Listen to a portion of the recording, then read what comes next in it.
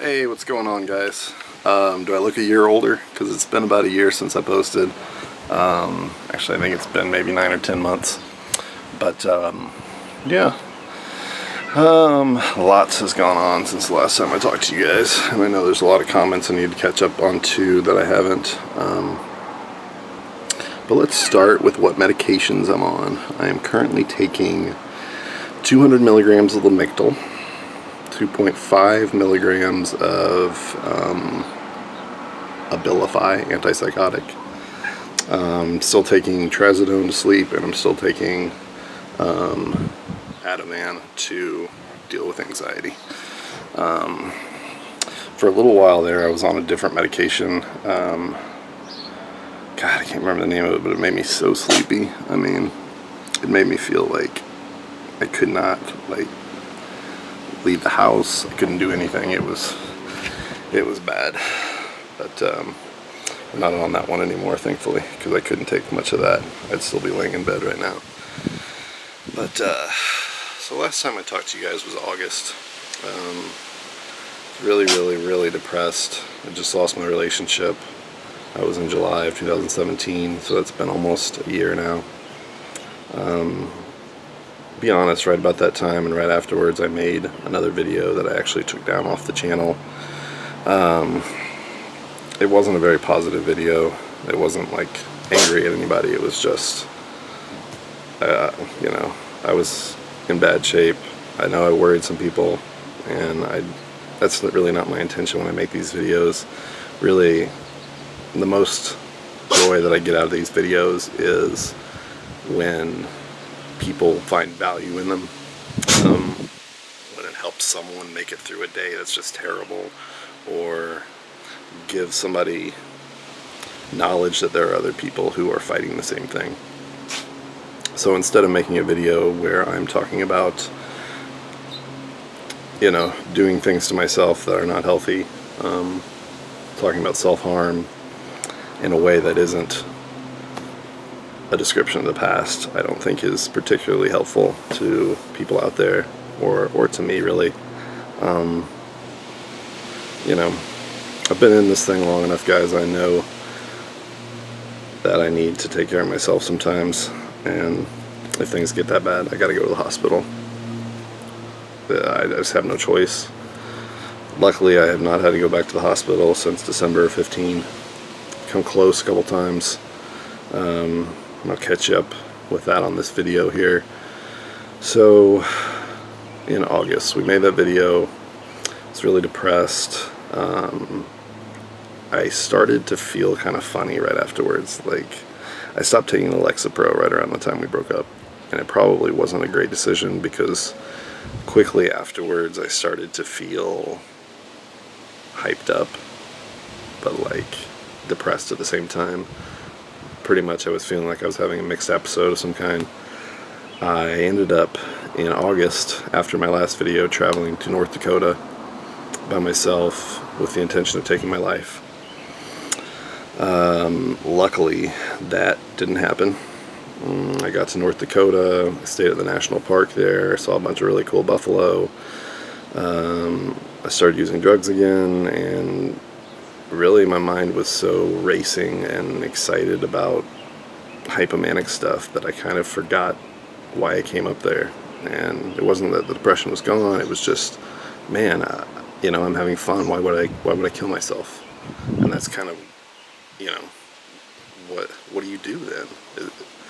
It's just like suddenly my motivation to be even able to do that was gone, which was probably a good thing. And it ended up being a fairly enjoyable trip, minus being alone, which is always kind of tough to be on vacation by yourself. It's like, you know, it's not always that much fun, but it was good for me because I needed some pretty instant relief from what had been going on, and it helped in that moment. After that, I was supposed to come back and start school at State University. I made it about 2 weeks before the depression hit again. And of course my ex-girlfriend works at that same university, and so the whole time I'm just kicking myself, feeling terrible, and wondering if I'm going to run into her, if she would even speak to me.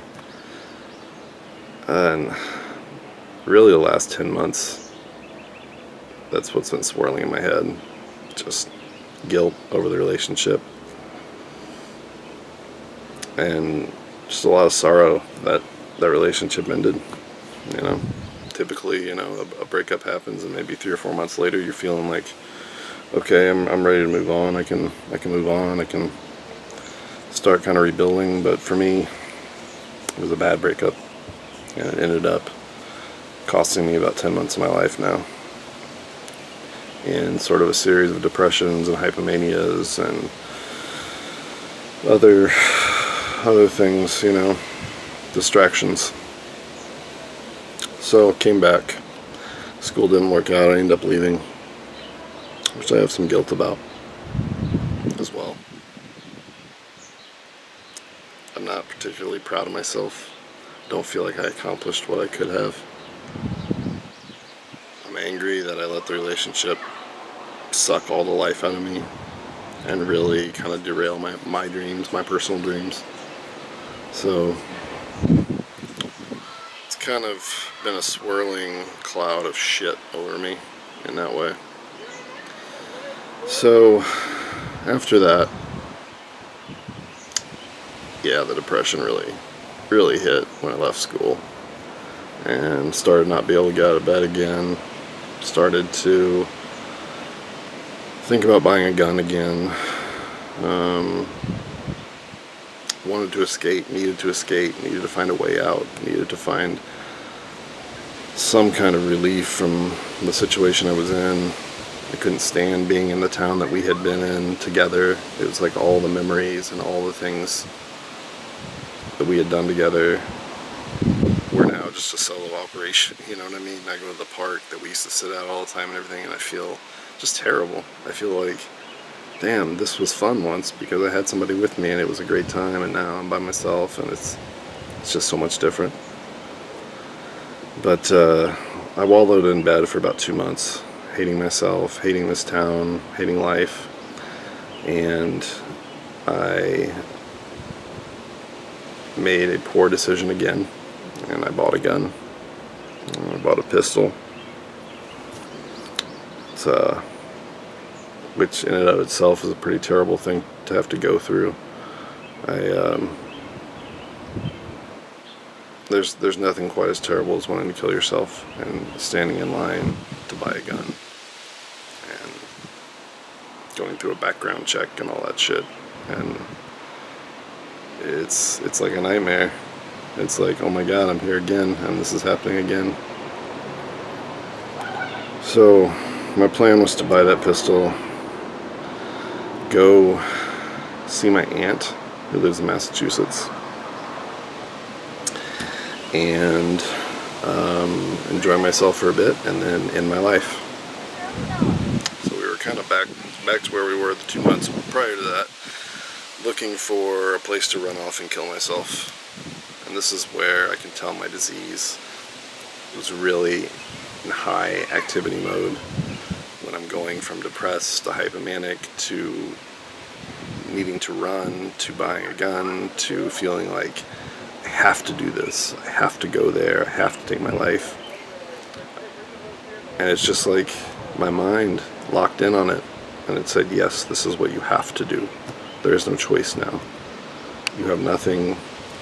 You have an opportunity to end all of this. It's time to end it. But drove out there, camped on the way, which was enjoyable, and I really enjoyed myself kind of for a couple days there, taking my time and driving across the country, and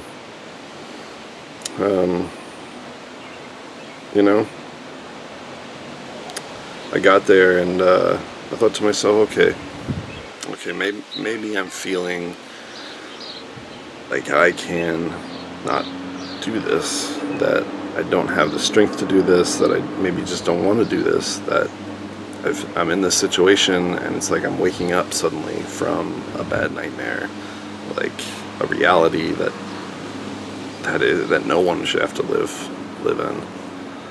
And so I get there and I feel better for a day or two, and I feel like, okay, you know, I'm not going to let any more of my life and my time and my trips be ruined because I lost a relationship. And I don't blame anyone but me for losing that relationship. There's a lot of things I just don't want to discuss on camera, but yeah, I screwed up. So I'm up in Massachusetts, and my brain tries to take another angle, and it says, why don't you contact your ex-girlfriend, tell her how much you love her and that you want her back and that you're destroyed without her and that you are close to taking your life. If I could do it all over again, I would have never picked up the phone. It was a bad idea. We talked for a bit. We talked for a couple hours. And for her, it was all gone. You know, any feeling she had, I could tell were gone. She seemed a little bit annoyed, and I guess I don't blame her. I was a fool and made comments about wanting to take my own life and really worried her. And yeah, it was not the right thing to do, to say that I was going to harm myself. But, I think in the end it was just a bad idea to call, because there was no one's mind going to be changed by what I said, and I really needed professional help instead of ex-girlfriend help. So that was the last time I ever spoke to her. That was in October. It was about 8 months ago now. And I don't anticipate I'll ever hear from her again, or that she would even let me make contact with her. It's embarrassing, but I guess that's just how it was going to be from the beginning anyway, and I just delayed it. So and that really sent me into a crash up there. I was in Massachusetts at the time. Like I said, I regretted it pretty quickly, because it was like my mind then said, okay. It said, you have a reason to do it now. You know you're not going to be loved by her again, and so it's time to do that. And I went out to a beach in Massachusetts. And I had the pistol with me. I had it loaded, and I sat in this little dunes area, and I put the gun in my mouth, and I cried, and I remember just screaming at myself to do it, and desperately trying to remind myself of the things that I didn't have, and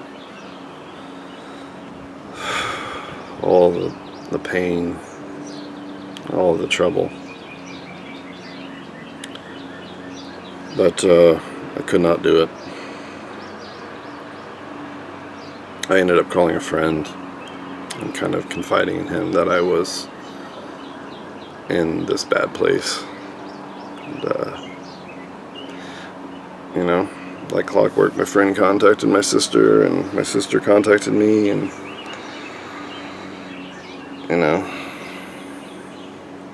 sort of a mix of annoyance and worry from her. Not real supportive, but just pretty much the push I needed to get out of there and head back home. I just didn't have what it took to kill myself up there. And I couldn't even stop and enjoy myself, which sucks. I wanted to go to Maine, and I wanted to spend more time on the beach, and I wanted to do a lot of things. It just didn't happen. It wasn't good. But I ended up coming back here, in it was at mid to late October, and yeah, I spent probably about 2.5 months trying to really kind of regain some footing, and started on the Abilify, the antipsychotic. It's helped with some of the rumination, with some of the crazy ideas that I have to and I need to go do something, because that's sort of where my brain gets whenever I get worked up. And I guess maybe someone call it psychotic. You know, I'm not hurting anyone psychotic or dangerous psychotic. I must take my own life, and I must come up with a plan, and I must do it kind of psychotic. All with the girlfriend stuff wrapped around my head at the same time, sort of pulsing and making sure that I can't feel good. Making sure that the plan doesn't get ruined because I stop thinking about that. Because the times that I do have now that are good are the times that I don't think about that anymore. That I've let it go, at least in those moments. I can't say that I've let it go all the time. Because I haven't.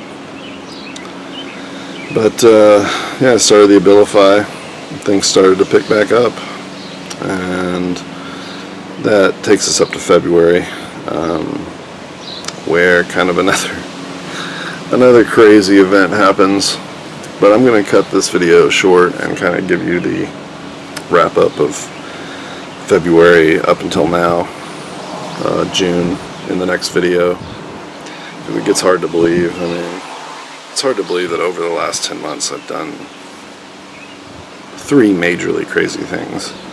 You've heard 2 of them now. The third one is probably the craziest, but it was born out of hypomania, and I'll have to fill you in on that next time, and you guys will be shocked, and maybe you're shocked by what I'm telling you now, just how bad things have got. But right now it's June. Probably more stable than I've been, I don't know, probably in 8 or 10 months. I mean, really, which is good. I'm thankful for it.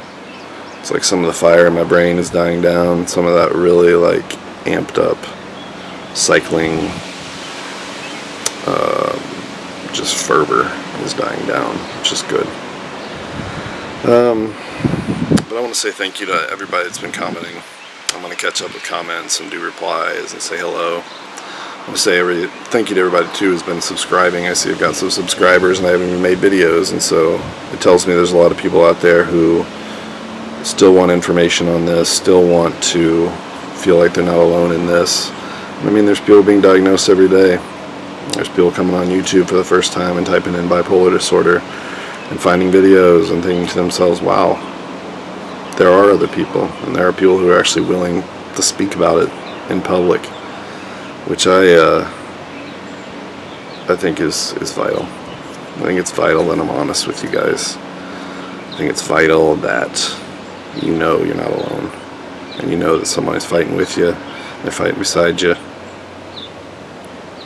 I wish I could be there with all of you, everybody who's suffering. I do. And I know there's somebody laying in bed right now, looking like one of my first videos that I ever posted. And I want to say to that person, you're not alone. You aren't. There are people who love you and care about you. Even if you don't know them, even if they're on YouTube. You know, humans need humans. That's what I think. So please remember that. I'm on your side, everybody. I really hope the best for everybody who's watching, and I'm going to fill you in on everything else that's going on in my next video, which will not be long from now, I promise. I'm going to work a little harder here to make more regular videos. But anyway, guys, much love to all of you, and you know, keep fighting. We'll talk soon. See ya.